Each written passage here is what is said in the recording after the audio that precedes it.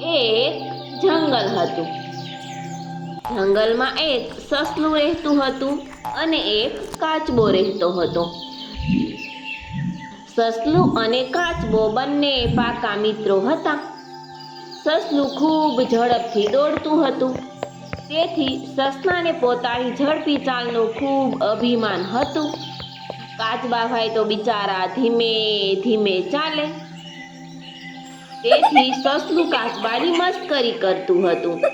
એક દિવસ સસલું કાચબાને કહે, કાચબાભાઈ, તમે આમ ધીમે ધીમે કેમ ચાલો છો? મારી જેમ ઝડપથી ચાલો. આ સાંભળી કાચબો ધીરેથી બોલ્યો, સસલાભાઈ, મારા પગ નાના એટલે હું ધીમે ધીમે ચાલું છું. પણ સાચું કહું, સસલાભાઈ, ખોટું અભિમાન ન રાખીએ. આ સાંભળી સસલાભાઈ તો ખીજાયા અને રૂઆબ કરીને બોલ્યા, અલ્યા કાચબા, મારી સાથે દોડવાની હરીફાઈ કરવી છે. આ સાંભળી કાચબો ફરીથી ધીમેથી બોલ્યો, સસલાભાઈ, દોડવાનું મારું ગજું કેટલું, તમે જીતી જાઓ. પણ સાચું કહું, સસલાભાઈ, બહુ અભિમાન ન રાખીએ. આમ રોજ બંને વચ્ચે જીભાજોડી ચાલ્યા કરે. એક દિવસ એ લોકોએ નક્કી કર્યું કે ના, હવે તો હરીફાઈ રાખવી જ છે. એક દિવસ શિયાળ આવ્યું. સસલાએ શિયાળને અમ્પાયર બનવા કહ્યું. શિયાળ તો તૈયાર થઈ ગયું. સસલું કાચબાને કહે, કાચબા, ચાલ દોડવાની હરીફાઈ કરીએ. આ શિયાળભાઈ છે ને, એ આપણો નિર્ણય કરશે. કાચબાભાઈને તો જરાય ઈચ્છા ન હતી, પણ શું કરે, બિચારા સતાય તૈયાર થઈ ગયા. શિયાળે બંને જણાને સમજણ આપતા કહ્યું, જુઓ સસલાભાઈ અને જુઓ કાચબાભાઈ, હું કહું એટલે તમારે અહીંથી દોડવાનું. સામે ટેકરી પર પેલું ઝાડ છે ને, ત્યાં પહોંચવાનું. જે પહેલા પહોંચી જશે તે જીત્યું ગણાશે. આ રીતે હરીફાઈ નક્કી થઈ.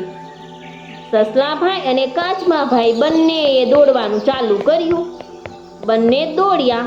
સસલું તો કૂદકા મારતું મારતું આગળ નીકળી ગયું, પણ કાચબાભાઈ બિચારા તો પાછળ રહી ગયા. એક ઝાડ આવ્યું. ત્યાં જઈ સસલું શાંતિથી બેઠું અને પછી તેણે મનમાં વિચાર્યું, આ ઝાડ નીચે થોડોક આરામ કરી લઉં. પેલો કાચબો તો હજુ ક્યાંય પાછળ હશે. પણ થોડીક જ વારમાં સસલું ઊંઘી ગયું. કાચબાએ તો ધીમે ધીમે ચાલવાનું ચાલુ રાખ્યું. ચાલતા ચાલતા કાચબાભાઈ તો આગળ નીકળી ગયા, પણ હજુ સસલું તો સૂતું જ હતું અને કાચબાભાઈ ચૂપચાપ આગળ નીકળી ગયા.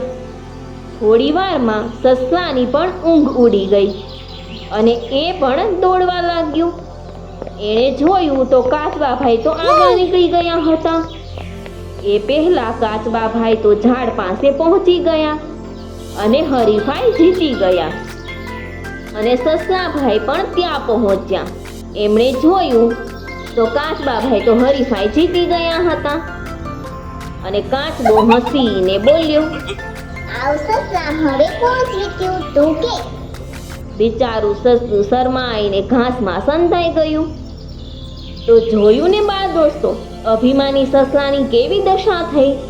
અભિમાન કરે તે હારે અને નમ્ર રહે તે જીતે છે. સબસ્ક્રાઇબ કરો અમારી ચેનલ ક્રેઝી કિડ્સ લર્નિંગ. નવા વિડીયોનું નોટિફિકેશન મેળવવા માટે બેલ આઇકોન પ્રેસ કરવાનું ચૂકશો નહીં. અને જો તમને વિડીયો પસંદ આવે તો લાઈક અને શેર કરવાનું ભૂલશો નહીં.